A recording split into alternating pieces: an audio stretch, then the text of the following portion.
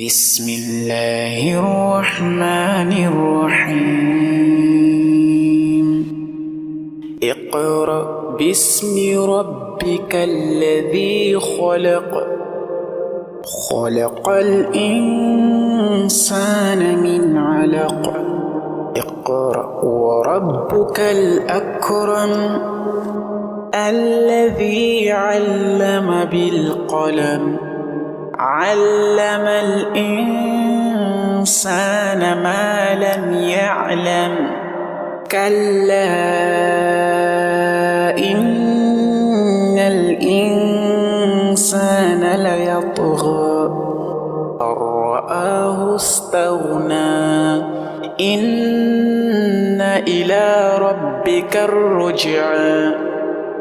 أرأيت الذي ينهى عبدا